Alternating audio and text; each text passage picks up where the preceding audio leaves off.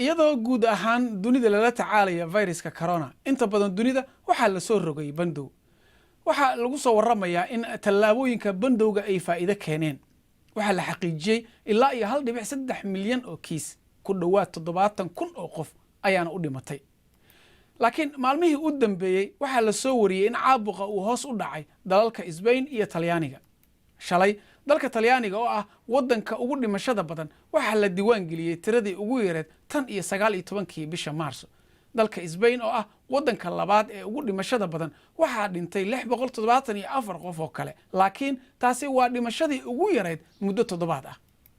dalka ugu kiisaska badan dunida ilaa iyo iminka waa Mareykanka laakiin xaaladda way ka soo raynaysaa hadda New York oo ah xudunta xanuunka ee Mareykanka waxaa laga soo sheegayaa hoos u dhac ku yimid tirada kiisaska cusub ee dhimashada Mareykanka waxaa ilaa iyo hadda la xaqiijiyay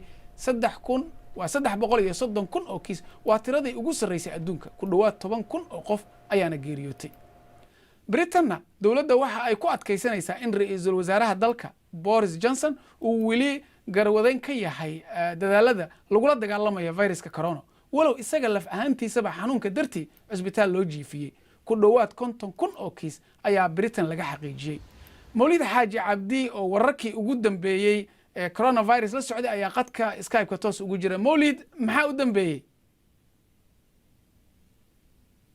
soo gelin ka hor waxaa lagu dhawaaqay in dad gaaraya 439 qof ay dalkan UK 24 saac la soo dhaafay ay ugu geeriyoodeen cudurka COVID-19 waxaa kaloo jirta in tirada dhimashaduna ay gaartay guud ahaan marka la isku daro 5,393 laakiin marka dhinaca kala fiiriso rajo ayay noqon kartaa waxaa jirta in labadii maalmood ugu dambeysay ay tirada dhimashadu hoos u socotay shir jaraa'id gordhaweyta lagu qabtay xafiiska Downing Street ra'iisul wasaaraha oo uu qabtay wasiirka arrimaha dibadda Dominic Raab iyo laba sarkaal dhinaca caafimaadka waxay sheegeen in ay shaqaynayso wax uun ka mid ah xayiraadii dadka la saaray laakiin waxay yiraahdeen weli taasi ma dhowa oo waxa dhici karta in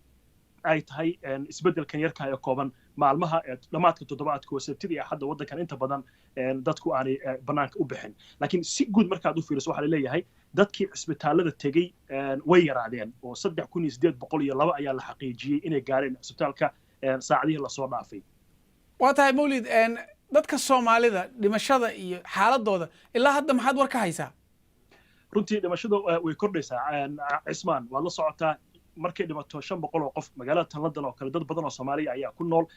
saacadii ugu dambeeyay BBC waxay ogaanaysay in 24 saac la soo dhaafay ay jireen ilaa iyo 5 qof oo Soomaali inay ku dhinteen magaalada London qof kamid wuxuu ahaa bas darawal bas ayuu ahaa oo bas ayuu wadayay waqooyiga magaalada London gaar ahaan degmada la yiraahdo Hackney oo jiraadkuna ayaa ka waramayay nin la yiraahdo Nasir waxa markaas jirta in sidoo kale ay jiraan dad kale oo cudurka u geeriyooday kuwa kana cisaalada ayay yaalaan laakiin si guud markaad u fiiriso magaalada London ayaa meesha ugu badan ee hadda dhimashada iyo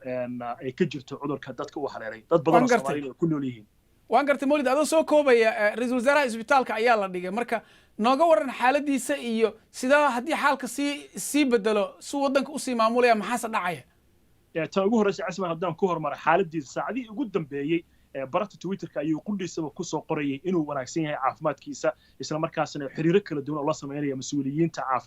xafiiskiisa wuxuu kale u mahad celiyay hay'adda caafimaadka NHS-ka oo imika caafimaadkiisa gacanta ku haysa wuxuu sheegay in dhakhtarkiisu uu kula taliyay in markaasi la sameeyo BBC waxay ogtahay in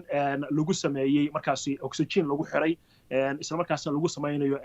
caafimaadkiisa laga taxadirayo tanna waxa la sheegay inay tahay arrimo la tacaalay ka hortag hadii dhibaato ay iman karto oo kale laakiin ilaa hadda waxa la sheegay caafimaadkiisa uu sugan yahay dhinaca kale su'aashaada hadii aan ka jawaabo oo ku saabsan yaa hawshiisa wadaya ilaa hadda ra'iisul wasaaraha asaga ayaa maamulaya dawladda hadii xaaladdu isbedesho laakiin wasiirka arrimaha dibadda Dominic Raab ayaa la wareegaya hawlaha dawladda laakiin waxa si oo dhan waxa ka horeeyay in xaaladiisu ay liidato laakiin ilaa hadda asaga ayaa hawsha wada hawshana maamulaya waxaana la sheegay in uu markaasi si weyn ula socdo xiriir fiican la sameynayo saraakiisha xagga caafimaadka aad baad u mahadsan tahay Mawlid Xaaji Cabdi wariyaha BBC Somali TV ayuu ahaa oo wararkii ugu dambeeyay ee corona ee wadankan iyo xogtii ugu dambeysay na siinayay